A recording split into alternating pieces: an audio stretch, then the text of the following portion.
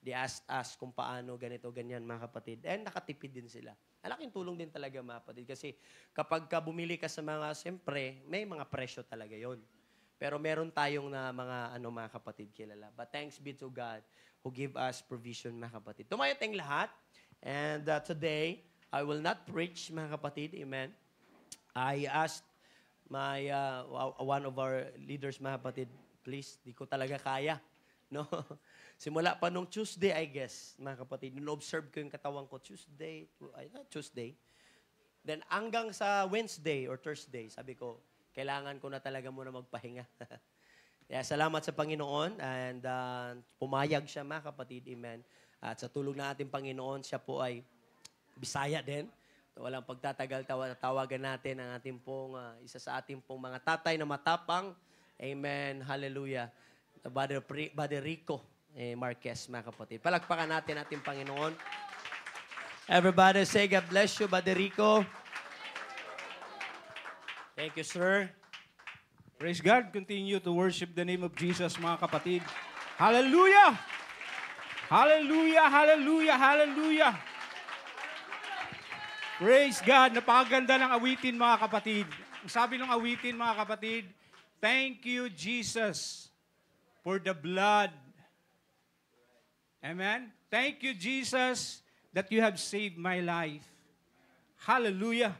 Kung isipin talaga natin, mga kapatid, kung gaano kabuti ang Diyos, hallelujah, mamamangha ka sa kabutihan ng Diyos, mga kapatid. Come on! Clap your hands to Jesus. Wow! Yung pinaka-the best na palakpak para sa ating Panginoon. Yung the best, He deserves the best. Hallelujah! Hallelujah! Hallelujah! Hallelujah! Hallelujah! Praise God! Ganda ng topic kanina, mga kapatid, na tinuro ng ating pastor. Ang title is Christian allowed to drink wine? Tama ba? Alcohol? Sabi ni Sister Ria sa akin, mga kapatid, bumulong doon. Brother Rico, kailangan mo yan ngayon. Parang balak pong painumin ng wine muna, mga... Hallelujah, Jesus! Praise God! Minsan kasi, mga kapatid, minsan kag-Kristiyano, nakaka-backslide. Hallelujah! Thank you, Sister Ria. Praise God. Kung meron tayong Biblia, mga kapatid, hallelujah, Jesus. Buksan natin, mga kapatid, sa aklat ng Hosea chapter 10, verse 12. Hallelujah. Sabi dito, mga kapatid, sow to yourself in righteousness, reap in mercy, break up your fallow ground. For it is time to seek the Lord till He come, rain righteous upon you. Basahin natin sa Tagalog, mga kapatid. Mas malinaw sa Tagalog. Ang sabi dito, mga kapatid, sinabi ko sa inyo, palambutin nyo ang inyong mga puso. Praise God! Sinabi ng Panginoon to, mga kapatid, sa Israelites, palambutin nyo ang iyong mga puso. Meaning, mga kapatid, matigas na yung ating mga puso kaya gustong palambutin ng Panginoon. Sinabi dito, mga kapatid, tulad ng binungkal na lupa, magtanim kayo ng katuwiran at mag-aani kayo ng pagmamahal, sapagkat panahon na para magbalik loob kayo sa akin hanggang sa aking pagdating. At ito ang pinakalas na sinabi ng Panginoon. At pauulanan ko kayo ng tagumpay. Hindi lang basta tagumpay, kundi umuulan na tagumpay. Amen? Yun lang papalakpak natin sa Panginoon, mga kapatid. Pauulanan ka ng tagumpay ng Panginoon. Hallelujah! Sa 1 Corinthians chapter 2, verse 9, mga kapatid, ang sabi dito, however, it is written, what no eye has seen, what no ear has heard, and what no human mind has conceived, the things God has prepared for those who love Him.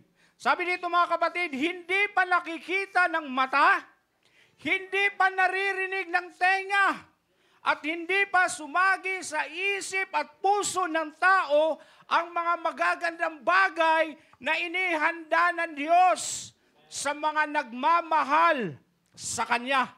This verse speaks to the hidden treasure and blessing na inihanda ng Panginoon sa Kanyang mga anak.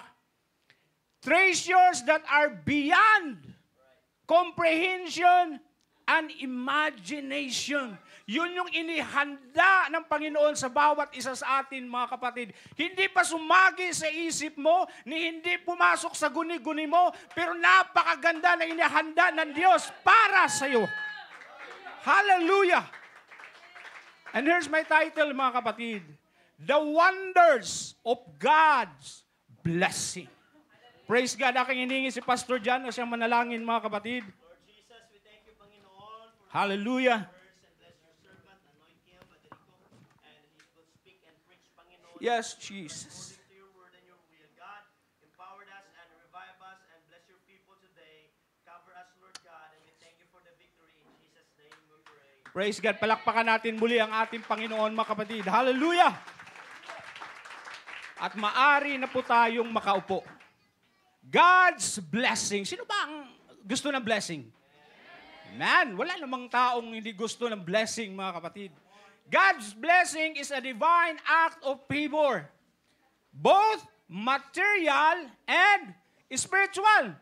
Kung basahin mo yung Old Testament and New Testament, lagi yung God's blessing ay tumutukoy sa material at spiritual na pagpapala. Tandaan natin, mga kapatid, God's blessing are immeasurable and exceed our expectation. And He has the ability to provide more than we can imagine. Kung yun, ito lang inaasahan mo at ito lang ang plano mo sa buhay na akala mo napakaganda na, mas maganda pa ang plano ng Diyos para sa iyo. Amen? Ang sinabi ng Panginoon sa Israelites, mga kapatid, break up your fallow ground. Bakit to sinabi ng Panginoon sa Israelites, mga kapatid? Dahil ang kanilang mga puso ay matigas na, mga kapatid. At yung kanilang mga puso is unproductive and resistant sa Word of God.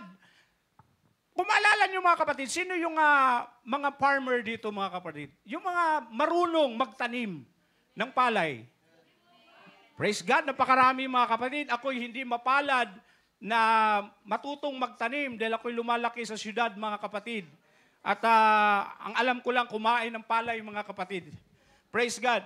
Pero ang tinutukoy mo nito, mga kapatid, sa agriculture, mga kapatid, bago taniman yung isang lupa, kailangan mo niyang bungkalin. Ito yung sinasabi ng Panginoon, break up the fallow ground. Kailangan mo niyang bungkalin, tanggalin yung mga damo doon sa paligid, at bibigyan niya ng area o daanan, yung irrigation o yung tubig, para yung tubig ay malinaw na makadaloy dun sa lupa.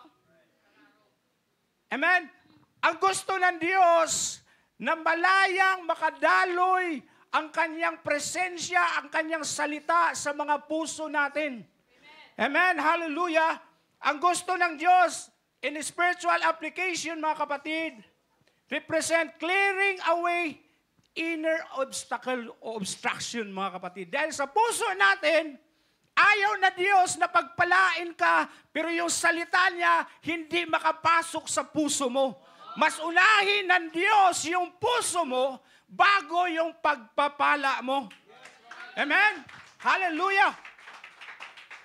Ang meaning nito, mga kapatid, maging productive ka lang o maging fruitful ka lang sa paglilingkod mo sa Panginoon kung malayang makakakilos ang Diyos sa buhay mo. Amen. Hallelujah. Tandaan natin, mga kapatid, the mind and heart are interconnected. What the mind conceives, the heart believes. Amen. Nung nakakilala tayo sa Panginoon, hindi ka kaagad ng mahal sa Panginoon, mga kapatid. Nag-umpisa ka muna mag-attend ng Bible study at na church hanggang pumasok sa kaalaman mo, sa karunungan mo na ganito pala ang Diyos. At mula doon sa kaisipan at karunungan ng salita ng Diyos, ito'y dumaloy sa puso mo at doon mo nasasabing, maglingkod ako sa Panginoon. Mahal ko na ang Diyos. Meaning, mga kapatid, ang puisip natin at puso natin interconnected. And even sa paglago bilang mananampalataya, mga kapatid, napakahalaga, mga kapatid, ang isip at puso natin dapat maayos sa harapan ng Panginoon. Amen. Hallelujah! Palakpakan natin ang ating Panginoon, mga kapatid. Hallelujah! Ang sabi ng Panginoon, mga kapatid, sa John chapter 10, verse 10, pamilyar natin ito, mga kapatid. Ang sabi niya, Apostles, ang demonyo pumupunta rito para patayin kayo, para sirain kayo, para wasakin kayo. Pero ang sabi ng Panginoon, I came that they may have life and have it abundantly. The question, mga kapatid, talaga abundant pa talaga ang buhay natin?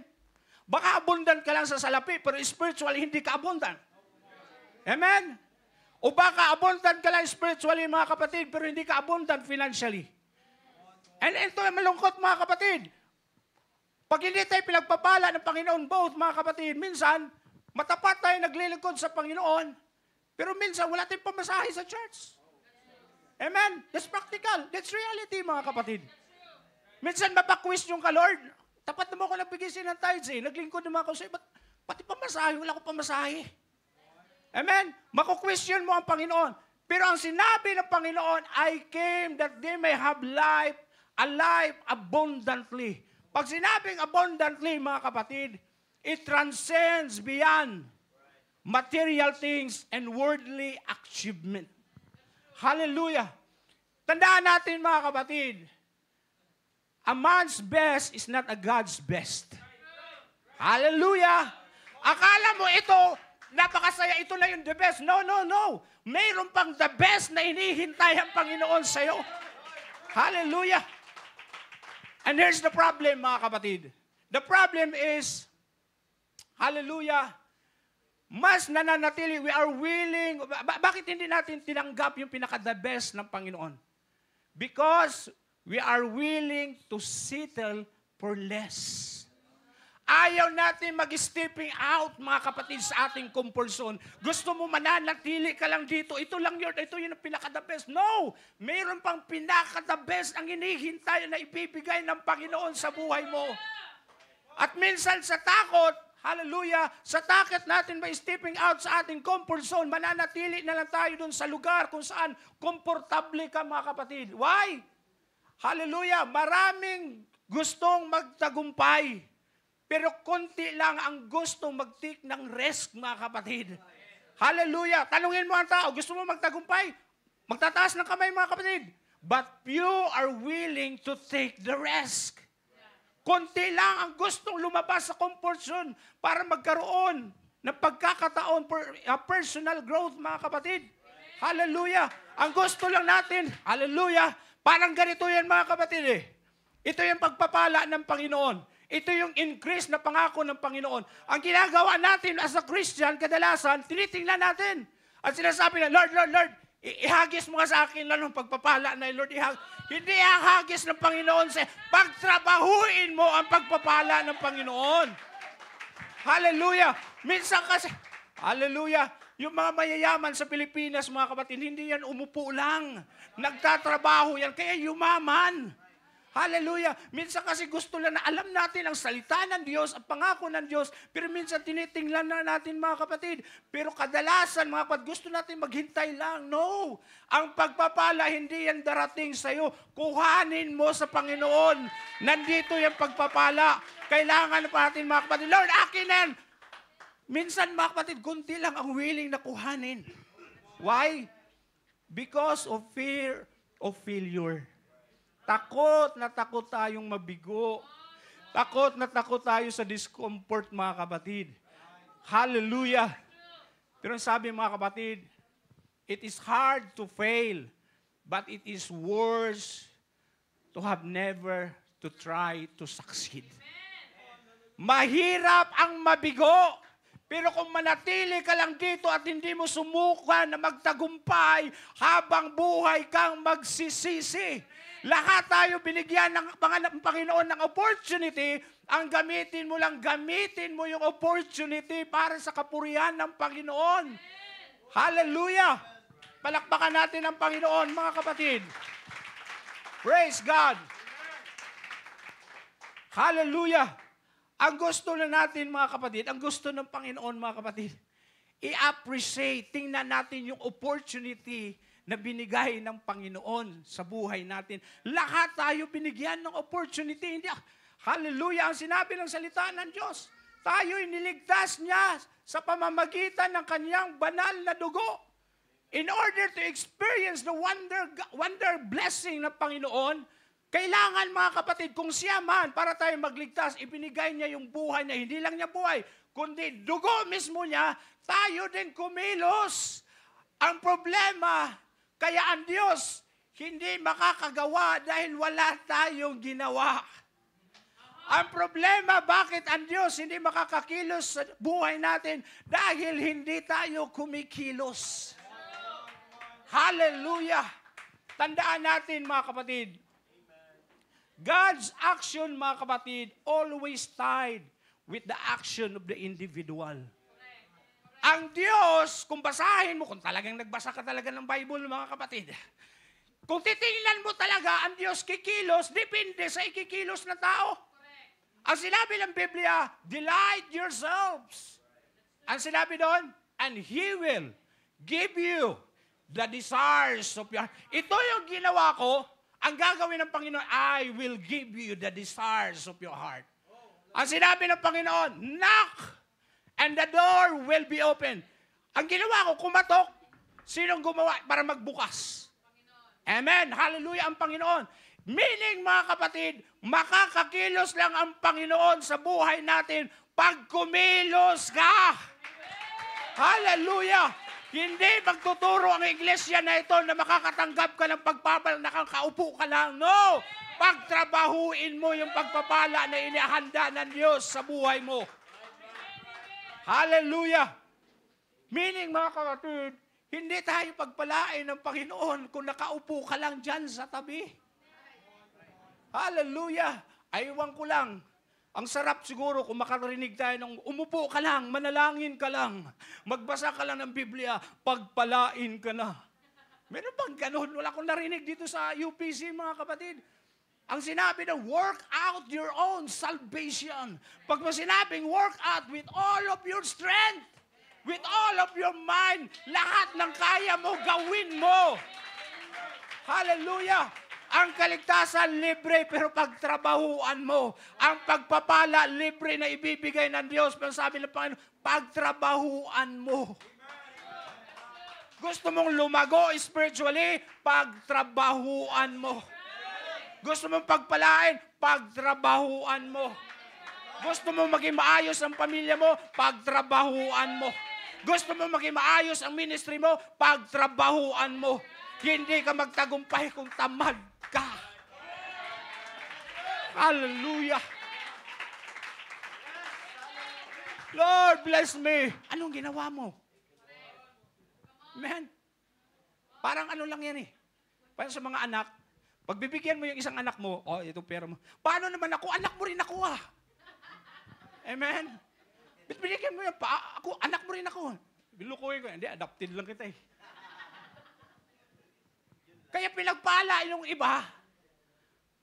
Kaya ang tatay o nanay, ang ganda niya magbigay. Kasi masipag yung anak. Pero kung tatamad-tamad, mayara ka, jama ka lang. Amen.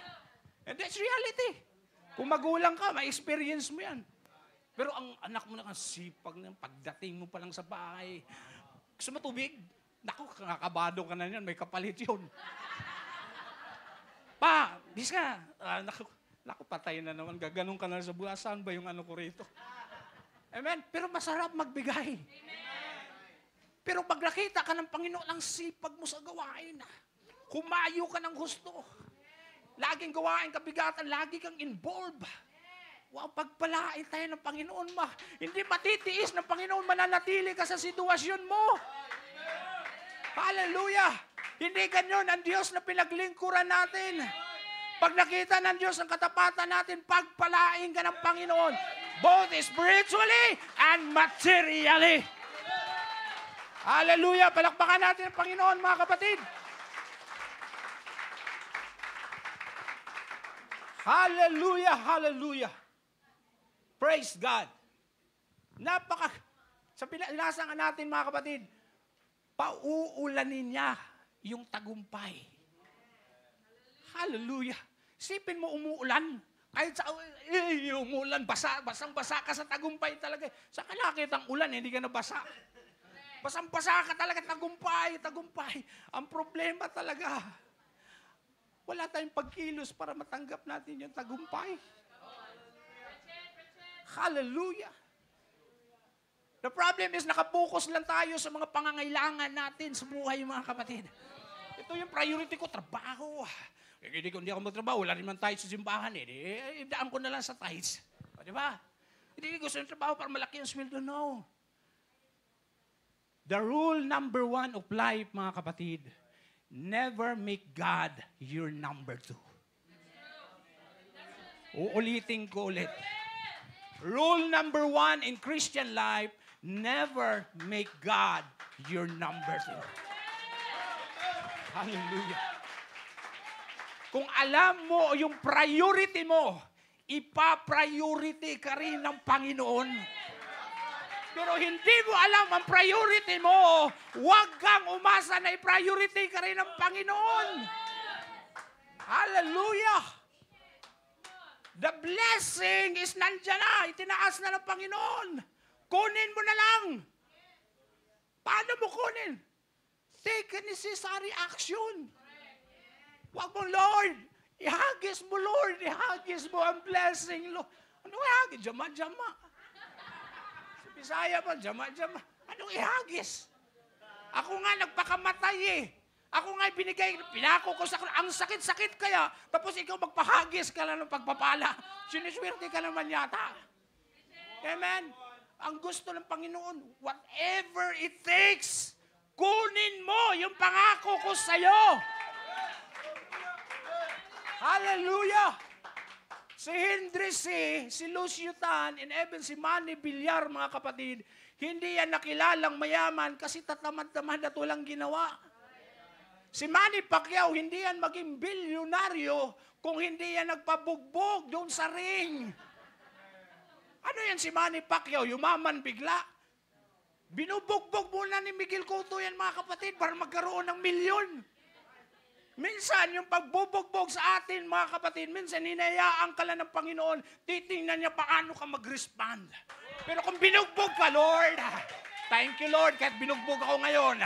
Sa susunod, Lord, alam ko, Lord, nandiyan ka. Alam ko, Lord, pagpalain mo ako, Lord. Alam ko, Lord, nabugbog na ako, Lord, para gumawa ng kabutihan, Lord. Lord, nabugbog ako, Lord, dahil sa kalooban mo, Lord. Nabugbog ako, Lord, dahil ganito, Lord, ang kalooban mo gagawin ko, Lord. Pero sasabihin ng Panginoon, sige, para kang bida sa bandang huli, ikaw yung bida. Hallelujah. Hallelujah. The blessing of God, bago mo makuha, spiritually and materially, mga kapatid, kailangan mong pagtrabahuan. Hallelujah. Hindi ko sinabing magtrabaho ka na magtrabaho sa trabaho, mga kapatid. Importante yun, mga kapatid. Napakahalaga. Kailangan mo ng balanced life. Pero minsan, kung tumaas yung priority mo sa mundo, sa pangangailangan, tuition fee ng anak ko, bayaran ng internet, bayaran ng tubig, bayaran ng kuryente, gasolina pa, sasakyan ko, gasolina. Ang priority mo, nakapokus ka na sa mga material na mga bagay. That's not the will of God. Pero ang focus mo, ang Panginoon, Lord, kahit hirap na ako sa buhay ko, Lord, ikaw pa rin yung priority ko, Lord. Ikaw pa rin yung number 1 ko, Lord. Ikaw pa rin ang masusunod sa buhay ko, Lord. Lord, bless me, Lord. At nakita ng Panginoon yung pangangailangan natin. Hallelujah. Tandaan na lang natin, mga kapatid. Sige nga, magmuni-muni muna tayo saglit. Saan ba tayo galing? See? Brother Rimar, saan ka galing? Amen? Brother Jimmy nga, nagarilyo yun dati sa kabab. Pag dumating ako, gumagano niya sa garilyo. Tinatago na, paso na yung daliri niya katatago, mga kapatid. Saan ba tayo galing? Pero tingnan mo ang buhay mo ngayon. Ano ka? Hallelujah. Diyos ko, Itong porma ko na to. Kung makita mo yung picture ko dati mga 20 years ago, para akong drug addict, para akong rugby boy sa mga kapatid. Pero wow, nakapurma ako ng ganito. Why? Because of the goodness of God. Ang dami natin problema, ang dami natin pinagdaanan because of the goodness of God. Nakatayo tayo ngayon, nagpupuri na akala mo walang problema. Akala mo ang daming perma, ang gaganda ng forma. Pero nabuhay lang sa biyaya ng Diyos. Hallelujah! Nabuhay lang sa biyaya ng Diyos. Ang bawat isa sa atin, mga kapatid. Hallelujah! Kung naalala niyo mga kapatid, yung the parable of talents mga kapatid, yun lang, wala na yung notes ko. Sabi nyo mga kapatid, the parable of talents mga kapatid. Ulit ko lang yung isang mayaman na master. Ibinigay niya yung kayamanan niya, senior niya doon sa unang 2 servants. Nung ibinigay nila, ng master, ipinagkatiwala niya. Nung ipinagkatiwala niya, ang expectation ng master ay magkaroon ng productivity yung servant na yun. Magkaroon ng growth yung kayamanan na pinagkatiwala sa kanya. Amen? Now, nakita nila yung opportunity, yung 2 servants, matalino. Ang ginawa nila, they double the investment. At nakita ng master, wow! Ang galing ng servant. Na double yung investment na binigay kong puhunan, dumoble. Matalinong servant. Ang isa mga kapatid, yung sinabi ko, because of his inaction, hindi niya ginawa, nung binigyan siya ng opportunity, hindi niya tinitake yung opportunity. Ang ginawa niya, ayaw niya mag-stepping out doon sa comfort zone niya. Gusto niyang manatili lang sa kanya, dito lang to. Baka mawala to eh. Takot siya. Ano mo mga kapatid? Ano ang sinabi ng Panginoon doon sa 2 servants? Anong sinabi ng Panginoon? Alam niyo to. Anong sinabi niya? Good and faithful servant. Pero doon sa isa mga kapatid, na ibinigyan ng pagkakataon ng Panginoon para magkaroon ng productivity yung buhay na, magkaroon ng growth yung buhay niya. Anong sinabi ng Panginoon? Anong sinabi ng Panginoon? Wicked and lazy servant. Ang sinabi mga kapatid sa book of Corinthians chapter 3 verse 9 mga kapatid. Ang sabi doon mga kapatid, we are all God's servant. Ikaw at ako, servants. Hallelujah! Ang ipinakita doon mga kapatid, yung sinabi ng Panginoon, good and faithful servants, nandun yun sa iglesia. We are all servants of God. Nandito yun. And the sad truth, mga kapatid, yung sinabi ng Panginoon, wicked and lazy servant, nandito rin yun. Amen? Sino tayo doon? Ang tanong. Hallelujah! Kung gusto natin sabihin ng Panginoon, good and faithful servant, kumilos ka! Hallelujah! Kung gusto mong marinig sa Panginoon, good and faithful servant, kumilos ka para sa kapurihan ng Diyos. Pero kung gusto mong sinabing wicked, ano mo yung wicked? English hindi mabigat yun eh. Tagalogin natin ngayon. Wicked is masama. My God, masama. Nagsisimba ako Masama. Matayo nga ako, hallelujah, hallelujah. Masama ako. At sinabi niya, tamad. Anong tamad? Perfect nga attendance ko Gawain ng nanay. Joint fellowship, EMDLM, nandoon nga ako Gawain ng youth, kay tatay ako, nandoon din ako Perfect attendance. Pero ang sinabi ng Panginoon, wicked and lazy.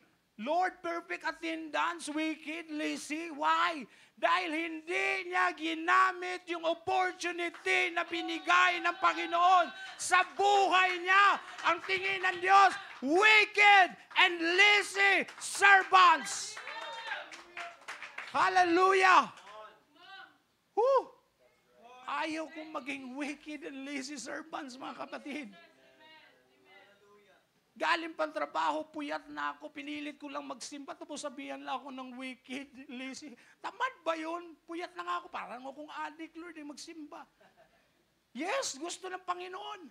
Pero ang gusto ng Panginoon, kailangan maging productive ka sa Christian, both materially and spiritually. Maganda yung perfect attendance, pero dapat makita ng Panginoon doon sa master, na nakita, kahit tuntua yung master, nakita nyo yung productivity, lumago. Lumago at lumago yung pinagkatiwala niya. Lahat tayo binigyan ng pagkakataon ng Panginoon.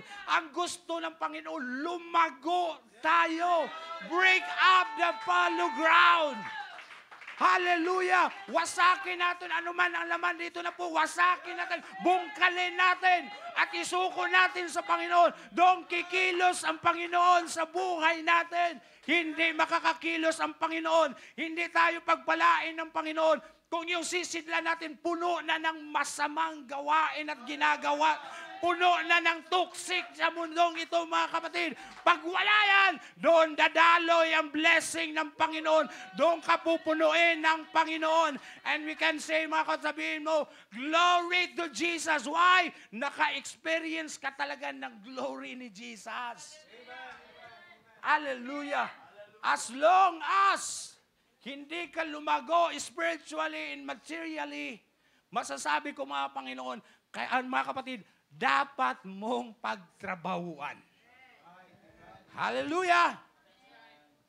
Ang sinabi, mga kapatid, sa Colossians chapter 3 verse 23, whatever you do, work it, for it will work it with all of your heart as working for the Lord. Minsan, ang masama doon, mga kapatid, sa secular world, hallelujah, sa secular world, mga kapatid, minsan Kristiyano pa yung reklamador. Hallelujah. Minsan yung Kristiyano pa, ano yung boss natin, parang, pero Kristiyano yan. Yun yung masama, pero ang sinabi ng mga, work it, work as you are work with the Lord. Na ginagawa mo itong trabaho para sa Panginoon. Amen? If you want to experience the wonders of God's blessing, break up your fallow ground. Hukayin mo, Lord, ano ba itong laman ng puso ko, Lord? Gusto kong makapenetrate ka rito dahil ito yung hindrance ng Panginoon para siya kumilos sa buhay mo. Amen? Number one, work it. Pagtrabahuan mo. Ang pagpapala, hindi darating sa iyo yan, nakaupo ka lang. Pagtrabahuan mo, then claim it. Kung alam mo sa sarili mo na nagawa mo yung parte mo, you have the right na magsabing, Lord, ayaw ko ng ganitong buhay, Lord. Gusto ko yung ikaw, yung pagpapala mo, ang manguna sa buhay ko. Pero pag hindi mo nagawa yun, nandun ka sa resentment, bakit hindi ko nagawa to? Bakit hindi ko The best time to work is now. Hallelujah. May problema ka sa sarili o nakita ng Panginoon, the best time to work is now. Ang problema, dun sa generation natin, yung mamaya na mentality. Hoy mo to, maya na. Maya na. Ikasasawa ng maya na. In English, wait. Ate social. Wait. Kung mo to, wait. Mamaya na. Nagsawa na. Ano ba? Wait. In English na yun, iba lang pala mga kapatid. Ganun din. Mamaya na mentality at ayaw ng Panginoon. The best time to work is now. The best time to be faithful for God is now. The best time para magpagamit sa Panginoon is now. The best time para ayusin ang buhay mo is now. The best time para pagpalain ka ng Panginoon, hindi bukas, Lord, gusto ko now. Bakit mo sinabing now? Kasi ngayon ka rin kumilos para sa Panginoon. Hallelujah. Palakpakan natin ang Panginoon, mga kapatid. Hallelujah. Gusto ba natin ng blessing? Work for it. pagtrabahuan mo, kapatid. Hindi konsentidor ang Diyos para ibigay sa iyo ng blessing na wala kang kahirap-hirap. You need to stepping out of your comfort zone. Kahit mahirap, kahit nag-struggle na ako, gagawin ko for that blessing. Hallelujah. Minsan, sa mga magulang, mga kapatid, ito yung mali. Yung pangarap natin, bumabalot na lang sa mga anak natin. Gusto ko yung anak ko. Gusto ko yung anak ko. Yes, good. Paano ka naman? Paano ka naman? Anong plano natin sa buhay? Puro na lang tayo anak. Iwanan ka rin yan eh. Amen. Gastos na ng gastos. Sige, good. Responsible ka. Pagdating ng panahon, iwanan ka rin yan, mga kapatid. Pero mas magandang mag-invest sa Panginoon. Mas magandang mag-invest sa kaharian ng Diyos. Mas magandang bigyan ng priority ang paglilingkod sa Panginoon. Gusto mong lumago? Gusto mong maging productive, both material and spiritually? Give God your priority. Rule number 1 in life, never make God your number 2. Palakpakan natin ang Panginoon, mga kapatid. Hallelujah. Tayo lahat, mga kapatid. Wow, worship the name of Jesus. Hallelujah, na maraming bagay na inihanda ng Diyos sa buhay mo. Claim it! Hallelujah. Amen. Hallelujah. Palakpakan natin muli ating Panginoon. And everybody say, thank you, Jesus, for your word. Come on. Let's receive the word of God. Hallelujah. Purihin ka, Panginoon. Hallelujah. Come on, the best time, amen, na itaas at magpagamit sa ating Panginoon is now. The best time to worship, amen, with all of our heart is now. The best time that we give all our everything to God is now. And the best time to trust God with all of our heart is now. Because now is the time, high time, to awake from the sleep. Amen. Yung mga pagpapala ng Diyos, mga kapatid, amen, nandiyan lang, kailangan mo lang sipagan at kasama ang pananampalataya at higit sa lahat, paniniwala sa ating Panginoon. Hallelujah. Walang imposible sa Panginoon. That even the Bible says, He will command the blessings to overtake, to flow. Sabihin mo sa katabi mo, the blessings of the Lord will overtake you. Woo! Kaya ang sabi ng Bible, ang pagpapala ng Panginoon, siksik, liglig, at umaapaw. Kaya, sino yung nagsasabi na ang pag-church, pera-pera lang yan? Hindi yung totoo, mga kapatid. Dahil ang tutusin, tayo ang may kailangan sa Panginoon. Kaya tayo nag-church kasi inaayos tayo ng Panginoon. Tinutuwid, tinatama tayo sa mga mali, mga kapatid. That's why we need the help of God for us to have a transformed mind. At kapag tama yung ating pag-iisip, tama din ang ating action. Kapag tama, mga kapatid, yung ating narinig sa salita ng Diyos, tama ating pong napasok sa ating isipan, sa ating puso, then follow na dyan yung action natin, mga kapatid. That's why we need to go to church, amen, to hear and to follow God's will and to obey God's word. Why? Because only God can change and help us and transform our life, mga kapatid. Hindi po anumang bagay o anumang turo sa sanlibutan. Walang iba kundi ang salita ng ating Panginoon. Ang tanging makapagbabago sa atin at yan ang dakilang pagpapala sa lahat ng material na bagay na walang bagay dito sa mundo na makakahigit pa sa salita ng Panginoon. Dahil doon tayo ililigtas.